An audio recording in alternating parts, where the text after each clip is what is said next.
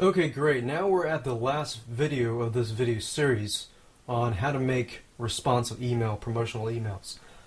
In this video, I'm going to talk about how to get your readers to take action.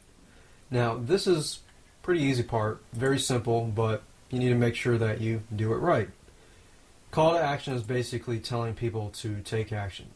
But how do you take an email and ensure that somebody will click the link?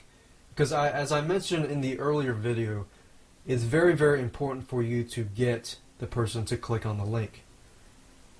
Because if the sales page has, let's say, 5-7% conversion rate, or even higher, or it has an unbelievable conversion rate, that's what's going to do the job of the conversion. Your goal is not to sell too much in the email address. Your goal is to incite some curiosity. Don't tell too much. I found this personally. If I wrote something and I told somebody too much about it, just like I told you about the subject line, if you said how to make money with affiliate marketing using this piece of software in your subject line, I found that most people would not click it, simply because it doesn't build curiosity. It tells too much. So your goal here is not to tell too much, but tell a little bit so that you incite some curiosity and they click the link in order to fulfill that desire to know more, right? Let's go back to this email that Edmund Lowe wrote about Aurelius's PLR product.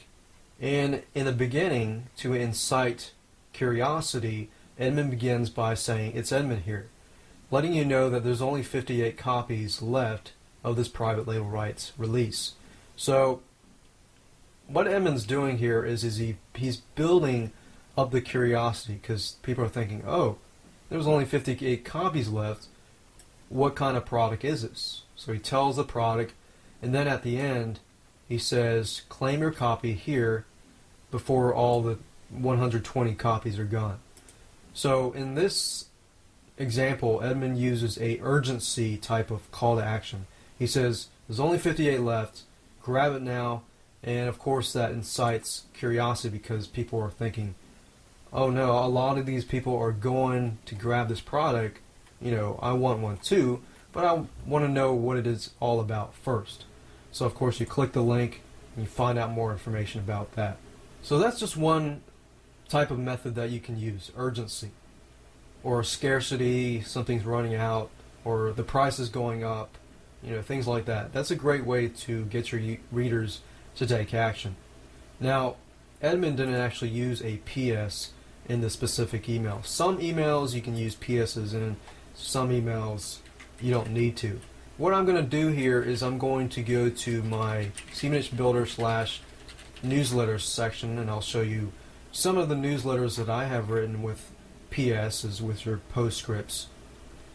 Basically what happens is when people read your email, they're going to read all the way down and they might see a PS. Because what happens here is people will read the subject line in the top, and some people will scan and they're like, la la la la, and they see the link here and they look all the way down here.